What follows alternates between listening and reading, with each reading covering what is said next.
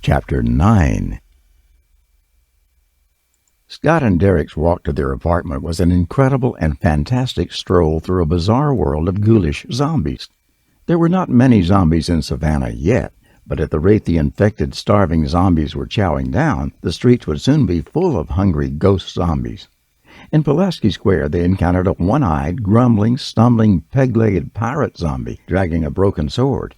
He lifted his sword over his head and rushed at Derek. Derek jumped aside and pushed the pirate zombie into a tree. He bounced off the tree, fell on his back, kicked his legs wildly, and waved the sword in the air.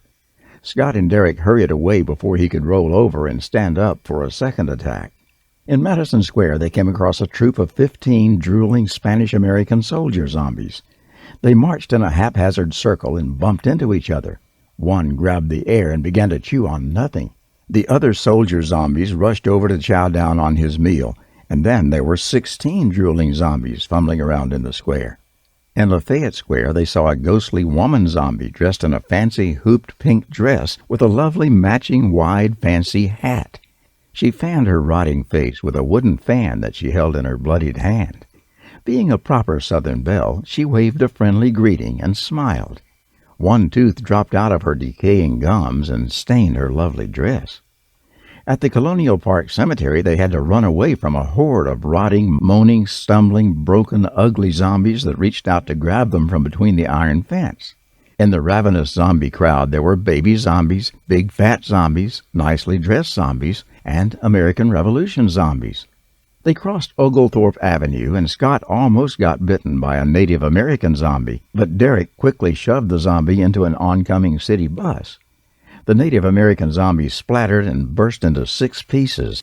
He left a trail of blood and guts on the front of the bus, but he wasn't killed. He stood up, dazed and confused, and then proceeded to collect up his missing parts. The bus driver and the passengers saw nothing. Scott and Derek climbed the stairs to their apartment on Lincoln Street. Derek asked, "I wonder if we can kill the zombies. Shoot them in the brain and kill them, like they do in all the zombie movies?" "I don't know." Scott opened the door and peeked carefully inside. He wanted to make sure there wasn't a zombie waiting inside to bite them. No zombies. They went inside. Shooting zombies would be great sport. I mean, how cool is it to be able to shoot a zombie in the head? It's not like it's a real person. It's not even a dead person.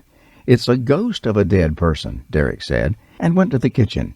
He came back with 2 sodas. He gave one to Scott and then plopped down in the leather chair. Scott tossed his sunglasses on the cluttered coffee table top and took a drink. "How do you think you kill zombies when they're already dead?" Derek put his glasses on his head and put his feet on top of the coffee table. "Didn't you get an instruction manual when you ordered the plastic? They must have told you what to do with a zombie when you see one." "I didn't find anything, but then I didn't look because, as I recall, you dumped everything out when you emptied the box." Scott jumped to his feet. "Maybe there's something on the floor." "I'll check the website for more information," Derek said. He went to his room and searched the internet while Scott looked through the living room clutter. Derek hunted for an hour on the internet, but couldn't locate a web address for Bayou Plastics in southern Louisiana. In fact, there wasn't a listing for a company named Bayou Plastics anywhere in the world. The company had vanished. Scott searched the apartment, and under the couch, next to a plate of week-old nachos, he found a sheet of paper with a Bayou Plastics letterhead. He read it and then passed it to Derek.